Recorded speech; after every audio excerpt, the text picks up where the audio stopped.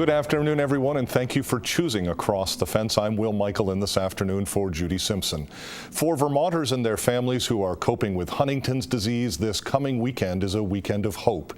The Vermont chapter of the Huntington's Disease Society of America is holding its biggest fundraiser on Saturday at the University of Vermont.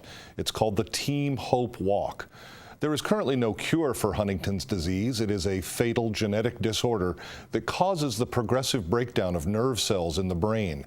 Families who are coping with Huntington's disease are calling on their friends and neighbors to support the Team Hope Walk. The fundraiser will help advance research that could potentially help patients like Lynn Matthews of Burlington. While Huntington's disease has largely robbed Lynn of her ability to speak, I was able to speak with Lynn's wife, Els Curtis, about the disease and what the couple wants others to know. Sometimes we do just look at each other and say, this disease really sucks. I mean, I'm not trying to sugarcoat anything, and I think I'm not putting words in your mouth to say, yeah, this really is bad. The big thing that happens when people get their diagnosis is, rightly, they're devastated. And they tend to self-isolate. Some families will exclude a person with Huntington's, but neither of those is necessary. There's so much available now that if you work together as a team, you will be able to have good quality of life for quite a while. Lynn's family were dealing with it before I knew them, and they had made a commitment to stick together, to love and support her no matter what was happening. Has connecting with other people or other families with Huntington's disease been important to you? Has it helped you in some way? It has helped me a lot. And it must have helped her because she did it for years before I even knew her. She was very early and instrumental in setting up the Huntington support group up here. And she took me to it as one of the first things we did when we were getting serious. And a lot of times we're just swapping practical advice, moral support, obviously, grief sometimes. But a lot of times it's just nice to be with people that you don't have to explain what it is and how. You can talk about how things are going without doing a whole background on the disease. What's helped you as individuals and as a couple to face the challenges of Huntington's disease? Obviously, loving each other.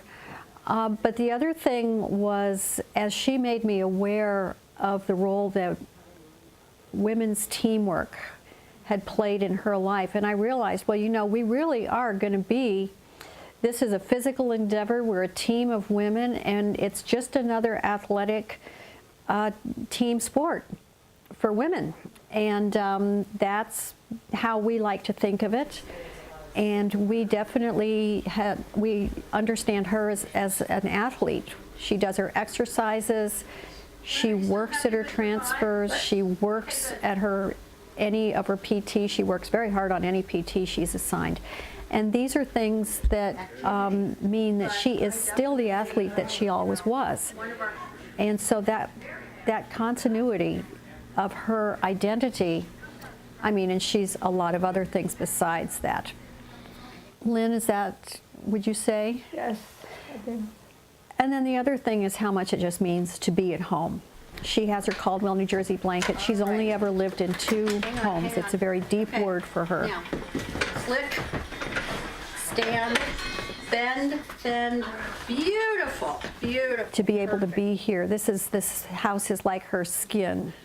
And so it does mean that her body is in one piece when she's in her house.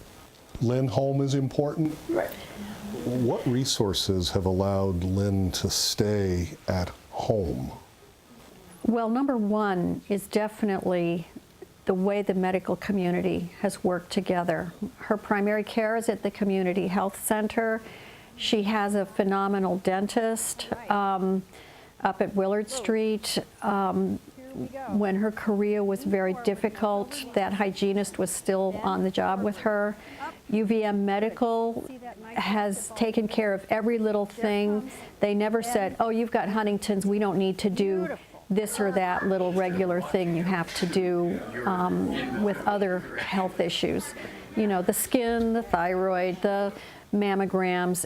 They treat her like a well person, the well person they want her to be. You've been part of research? There's a couple of things. Yes. A couple of things that happened. We were in Edinburgh in research for a couple of years. For the cohort study.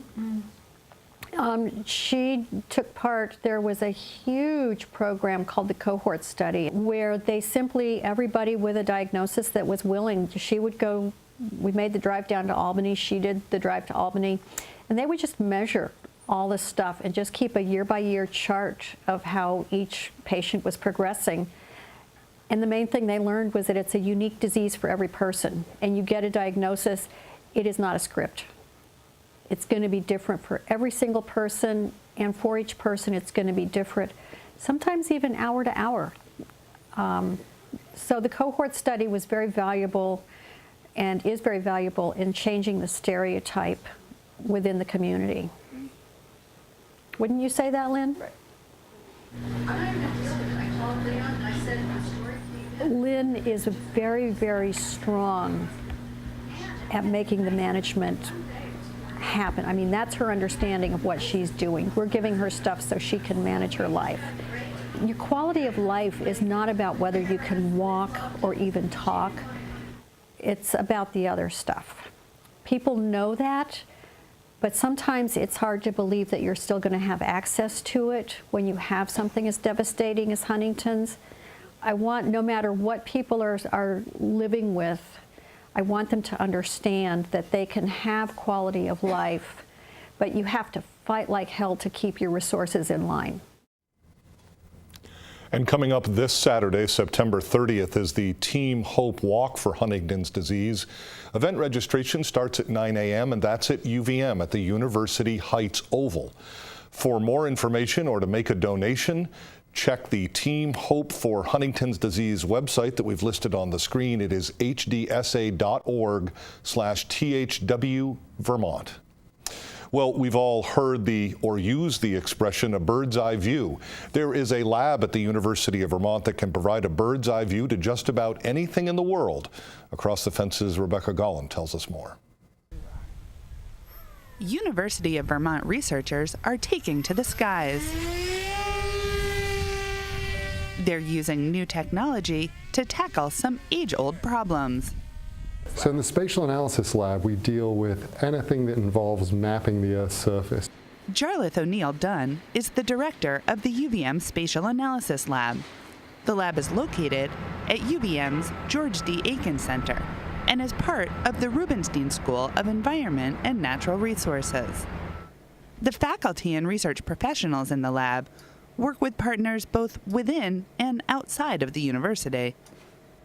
We work with a broad array of stakeholders. They include people within the state government, such as the Vermont Agency of Transportation, who asks us to go out and collect drone imagery after a disaster, or the City of San Diego, who we're working with right now to assess their tree canopy to help them plan a greener future.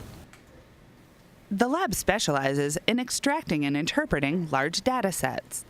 In San Diego, the city already had aerial imagery and came to the Spatial Analysis Lab to get additional information out of that existing data. In their case, they wanted to map the tree canopy of the city, which is one of the lab's specialties. Another project involves mapping land cover in the Chesapeake Bay watershed and Delaware River basin. And by land cover, we mean not just the trees, but the buildings, agricultural fields, the wetlands, all of those things. And these are areas which decision makers need to understand how much non-point source pollution. So all this thing that can run off our land that gets into our valuable waterways and pollutes them, they need to know that. While much of the work does take place in front of computers with information that was collected elsewhere, there is a specialized team from the lab that travels throughout Vermont with high-tech mapping drones. On any given day, that drone team might be helping the transportation agency collect images of hard-to-reach infrastructure or participating in emergency preparedness drills with various state agencies, or even responding to actual emergencies. we really got into the sort of drone business, if you will, and not the business of making drones, but the business of flying drones after Tropical Storm Irene and seeing the damage it did to Vermont and our inability to get overhead imagery quickly to the people that needed to make those decisions. All these satellites are great, but it takes a little bit of time to tell them the area to image. And we're also the cloudiest state in the union, so when a satellite takes a picture, it's not always a picture of what we need. It can just be a picture of a bunch of white fluffy stuff. So with drones, we can get out there quickly, map the area, and pass that information on to decision makers. And that may be something like a train derailment in Northfield, where we get that imagery and pass it off to emergency operations. Or it could be something like the stream studies that we've done in Plainfield, Vermont, where we're helping them understand the dynamics within their streams so that the consulting engineers they've hired to redesign their bridge have the information they need.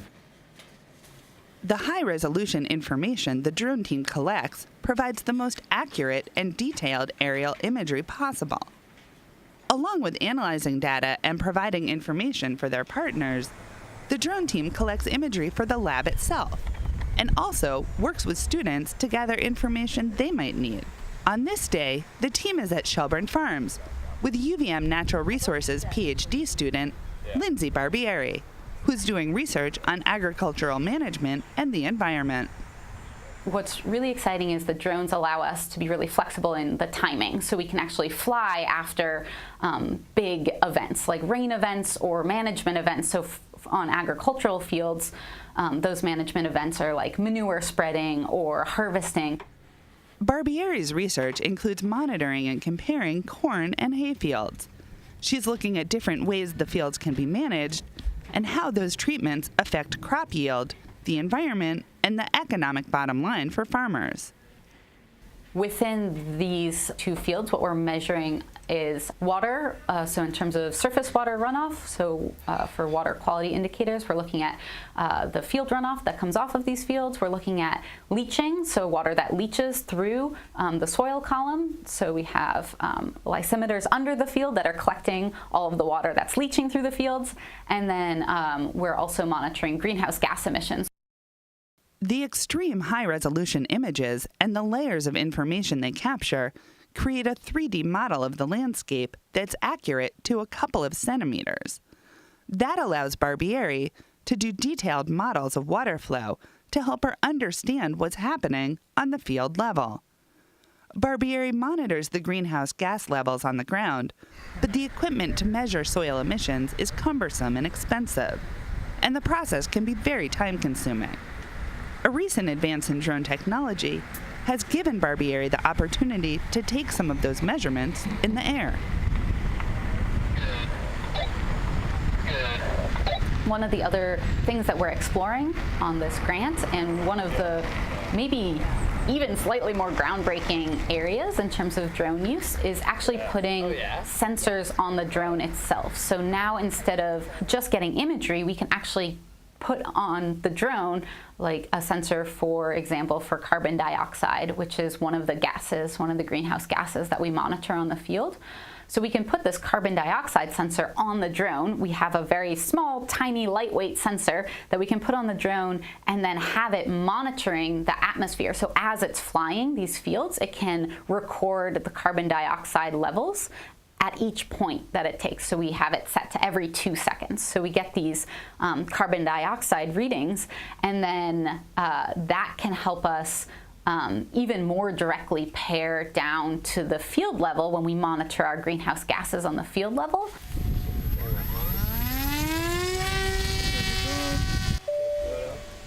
Barbieri's research is still in an exploratory phase as she gathers information and figures out what will be most useful.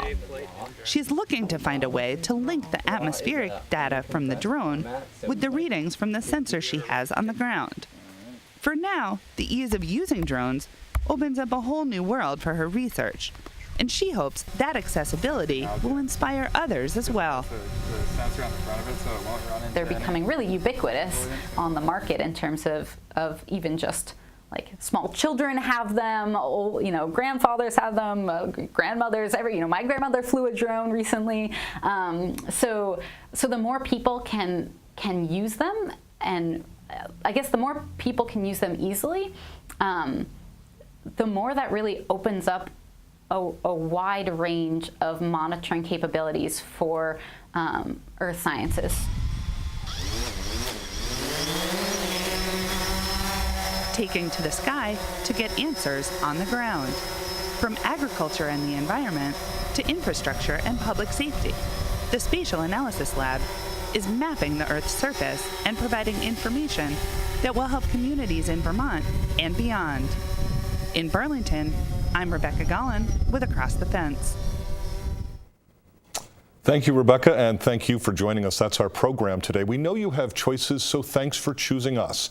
I'm Will Michael, inviting you to join us back here each weekday afternoon for another visit Across the Fence.